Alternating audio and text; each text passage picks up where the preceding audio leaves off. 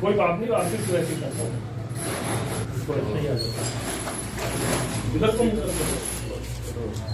वाला ही नहीं आया।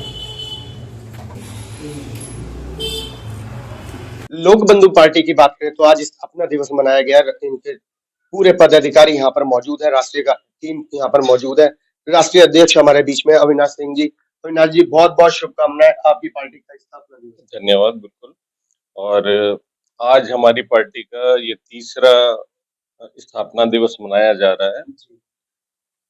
18 दिसंबर 2020 को ये पार्टी की गठन हुआ था, तो उसके बाद से हम लोगों के साथ जो चंद मुट्ठी लोग ही थे उस वक्त तो हमारे साथ जो है, लेकिन जैसे जैसे आगे कारवां बढ़ता गया, हर साल लोग जुड़ते गए हमसे। आज हमारे करीब जो 5000 कार्यकर्ता होने वाले हैं पूर्ण जो है पूरे देश भर में।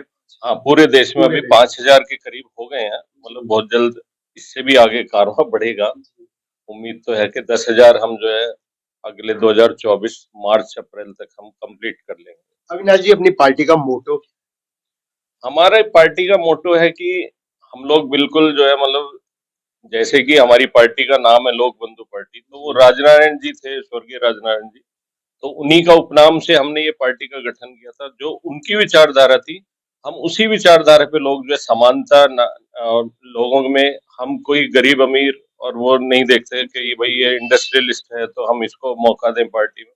हमारे लिए जो मजदूर है वो भी हमारा नेता है, जो हमारा अच्छा आर्थिक मजबूती वाला नेता है वो भी हमारे लिए बराबर है नेता जो है। अविनाश जी, समस्या एक आती है कि इस जनता की अगर हम बात करें तो बीजेपी या कांग्रेस या और छोटे दलों को पार्टी ये नहीं मानती। नहीं, बिल्कुल आपकी बात सही है कि जब बड़े दल जो है सत्ता में आ जाते हैं तो वो छोटे दलों को ऊपर उभरने नहीं देते।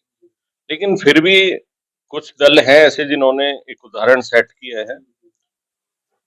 जैसे आम आदमी पार्टी आई तो उन्होंने भी सत्ता पे काबिज हुए। सत्ता पे काबिज होने के लिए एक झूठ का सहारा लिया जन लोग।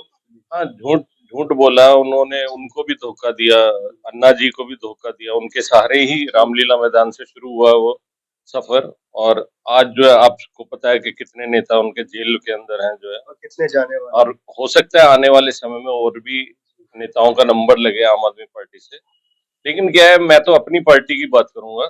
हमारी पार्टी के अंदर कोई भी नेता ऐसा नहीं है कि जो मतलब इस तरह की विचारधारा वाला हो। कोई भ्रष्टाचार के उसमें हम समर्थन नहीं करते बिल्कुल भी। हम ये भी नहीं करते कि भाई सब कुछ जैसे दिल्ली सरकार करती है कि फ्री में बांटा जाए ये सब कुछ। हम क्यों फ्री में बांटे? जनता को क्यों ऐसा बना दें कि वो हम पे आश्रित रहे, सरकार के ऊपर आश्रित रहे? हम चाहेंगे कि उनको रोजगार ऐसे दें जिससे उनका आर्थिक रूप से परिवार बढ़े। तो मैं तो इस पक्ष में हूँ कि हम फ्री में ना देके उनको आर्थिक तौर पे आगे बढ़ाने में सरकार जो है मदद करे उनको। 24 के लिए आप की क्या तैयारी है? 2024 के लिए आज हमने जो है 60 लोगों की जो है लोकसभा सदस्यों की प्रत्याशियों की सूची जारी की है। बाकी आने वाले समय में हम 31 दिसंबर के आसपास जो है अभी और अगले 60 प्रत्याशियों की सूची जारी करेंगे। तो आज हमने 60 लोगों की तो सूची जारी कर दी। क्या दिल्ली के अंदर 7 सीटों पे लोकसभा पे उम्मीदवार उतरेंगे? कोशिश तो हमारी 7 सीटों पर है। फिलहाल तो अभी हमने 3 लोकसभा सीटों पर आज घोषित किए हैं। हाँ, उसमें एक सीट मैं स्वयं भी लड़ रहा हूँ, पूर्वी दिल्ली से मैं लड़ रहा हूँ, और बाकी हमारी संगीता सेजवाल जी हैं वो लड़ रही हैं, और हमारे एक इधर से साउथ दिल्ली से जो है शाहनवाज आलम जी लड़ रहे हैं। एक सवाल बहुत तेजी से उठ रहा है ईवीएम मशीन का। क्या आपकी पार्टी भी ईवीएम मशीन का विरोध कर रही है? बिल्कुल। देखिए, आप एक चीज सोचिए, जब आज के टाइम में आपके मोबाइल हैक हो जाते हैं तो ये ईवीएम भी तो सारा कंप्यूटराइज्ड ही है, तो ये क्यों नहीं हैक हो सकती? तो मैं तो समझता हूँ कि जैसे बैलेट पेपर है, दूसरे देशों में भी आज भी बैलेट पेपर चल रहा है, तो सरकार को क्या दिक्कत है उसमें बैलेट पेपर अगर इस्तेमाल होता है? आज हम मतलब चाइना जैसा देश है, वो सब है, वो सब बैलेट पेपर यूज कर रहे हैं अभी भी।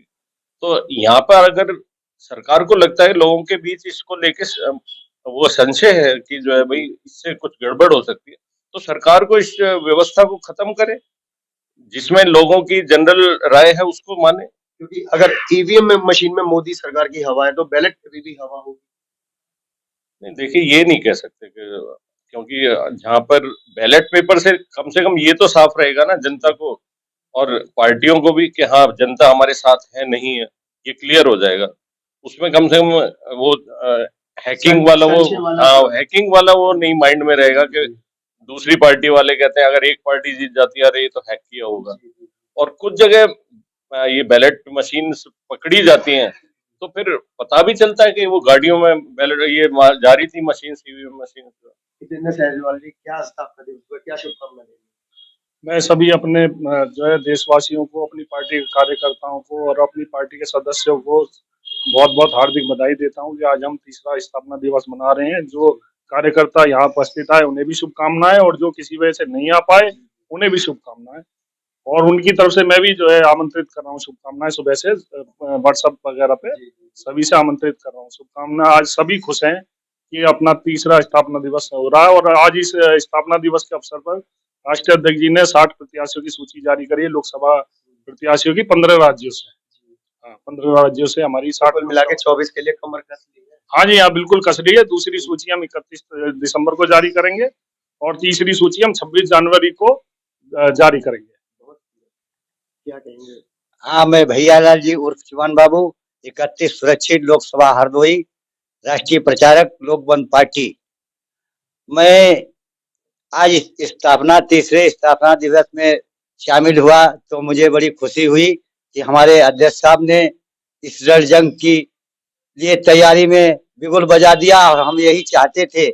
इसलिए हम सभी पत्रकार बंधुओं और अपने सदस्यों को बधाई देते हुए हम ऐलानी जंग के लिए तैयार हैं और हमारे सभी कार्यकर्ताओं से हम अपील भी करते हैं कि करो और मरो की लड़ाई रखो और इसको साकार बनाने का काम करो। जिस तरीके से चौधरी चरण सिंह जी क्या करते थे, बाबा भीमराव अम्बेडकर साहब पैगाम को चलाया करते थे। तमाम हमारे बहुजन समाज के और महान पुरुष जो पैदा हुए उन्होंने समाज के लिए काम किया। तो हम अपने पार्टी से यही आशा करते हैं कि बगैर लालच काम करो। और मैंने नारा भी एक दिया है कि अब तक लड़े डाकू डकैत सेठ व्यापारी, अब की है लोकबंधु पार्टी की बारी। क्या कहेंगे?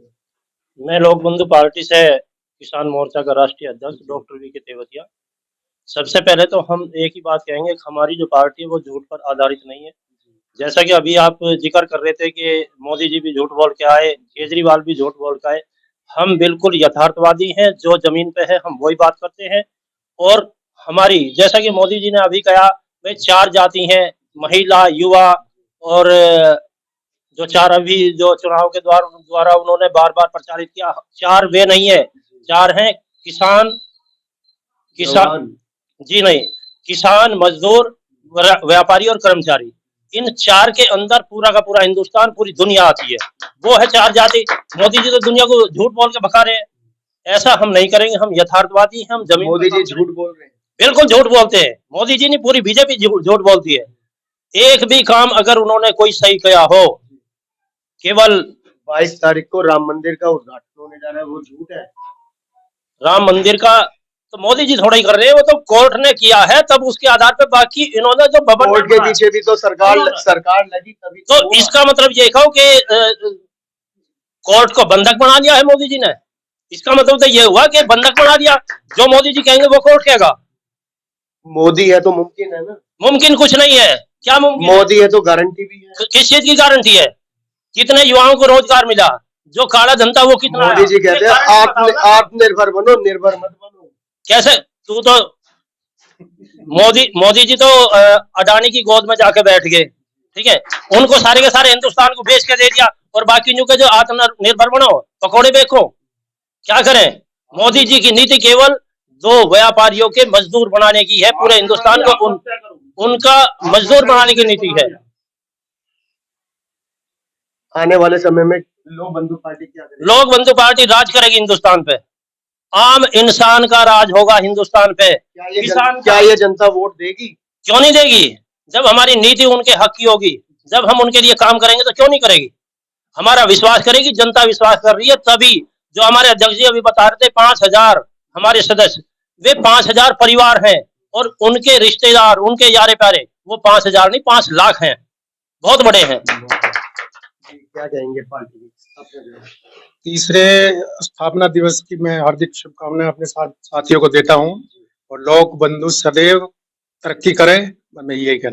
माननीय मोदी जी ने आत्मनिर्भर भारत का निर्माण नहीं किया, आत्महत्या भारत का निर्माण किया। आज कैसे? युवा बेरोजगार सब जो है आत्महत्या कर रहे हैं, किसान आत्महत्या कर रहे हैं, किसान परेशान है। नौजवान काम कर तो रहा है, ओला उबर की गाड़ी चला रहा है, जोमेटो स्विगी की डिलीवरी कर रहा है, बिग बास्केट में काम कर रहा है, आप कह रहे हैं रोजगार नहीं है। देखो, रोजगार शहरों में ही तो है, गांव का तो आदमी आज भी जो है बेरोजगारी घूम रहा है। ओला उबर की गाड़ी गांव गांव से आ रही है। नहीं, यही घूम रही है ओला उबर की, गांव तो अंदर बहुत पीछे तक जाता है। हाँ, अभी आप यहाँ दिल्ली में हो या बड़े बड़े शहर हैं इनमें, बाकी तो देहात तो अभी बहुत पिछड़ा हुआ।